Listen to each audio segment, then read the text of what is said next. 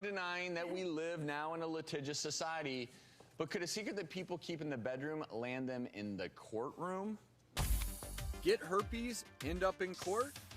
In Sioux Falls, South Dakota, a prominent business owner was sued by his former fiance and employee for failing to disclose that he had genital herpes before they started their relationship.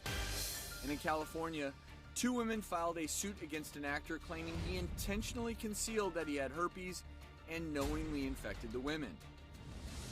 Should people infected with STDs like herpes have a legal responsibility to disclose this information? Or do we have the right to keep our health matters behind closed doors? Legal analyst Anahita Sedaghatfar joins us with more insight onto this story. Do you have a purely legal, we're not talking about moral or ethical obligation, do you have a legal obligation to inform your partner if you have an STD? Absolutely. In most states, you have a legal obligation to inform a sex partner if you have an STD before you have sex with them. And if you don't do that and they contract the STD, you can be held civilly liable for that. STD or any STD? Any STD, but we mainly see these with incurable STDs like herpes and HIV.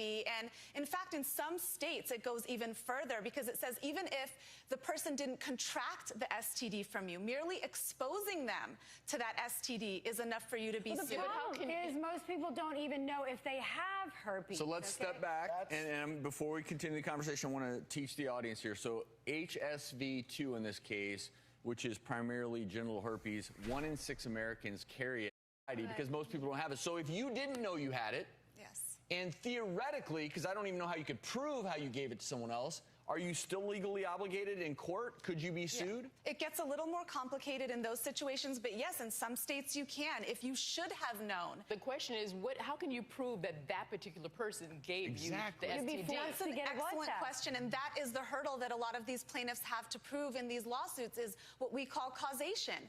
You have to be able to prove with evidence that you contracted that STD from that particular defendant and from nobody else, and that's when your medical records come into play. You have to do depositions, but would that you can't prove that though, because unless I mean, you can actually even catch HSV without having sex. I mean, the interesting thing is it's a transmitted through skin-to-skin contact. If you can sue, which is I believe you said you can, how much money, what sort of damages could you possibly expect? Right. So it depends on case-by-case basis, but really the damages focus on not just medical bills, prescription medications, but also really emotional distress. How much emotional distress did this individual sustain knowing that they now have a possibly incurable disease, if it's HIV or something that can't go away like herpes? So that's really what the courts want to look at. How traumatic was this for this particular plaintiff? And if that individual didn't contract it, you can still sue, like I said, and those emotional damages are just knowing that you possibly could have been exposed. What troubles me in a litigious society is if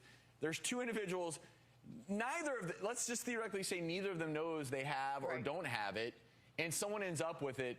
I just don't understand how you could then go to court and say, well, this person is a prominent member of society, and I'm going to sue them so that quietly they have to resolve it out of court, pay me $1 million. And agreed to have sex going into it, and you know, and these high-profile cases all involve people that have money that you can collect something on if you.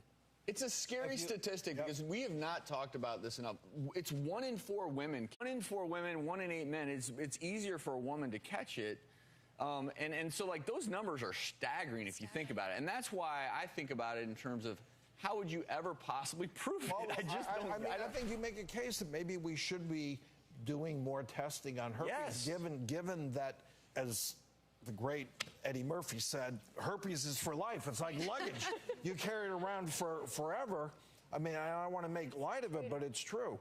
I think the key takeaway here, and where I come at it medically, is if you enter into a new partnership and you want to know you're safe, you literally should go get tested. Your partner should go get tested. You should share each other's lab results. If you're worried about herpes, you have to specifically ask to be tested for HSV-1 and HSV-2.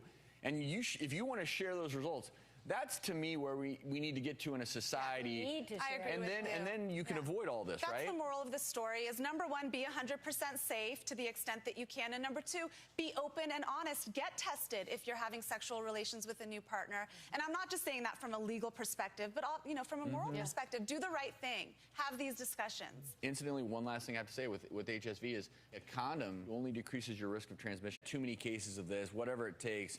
Anahita, I want to thank you for your insights on all this. Really wonderful comments. We're going to end this on something that's not controversial, but it is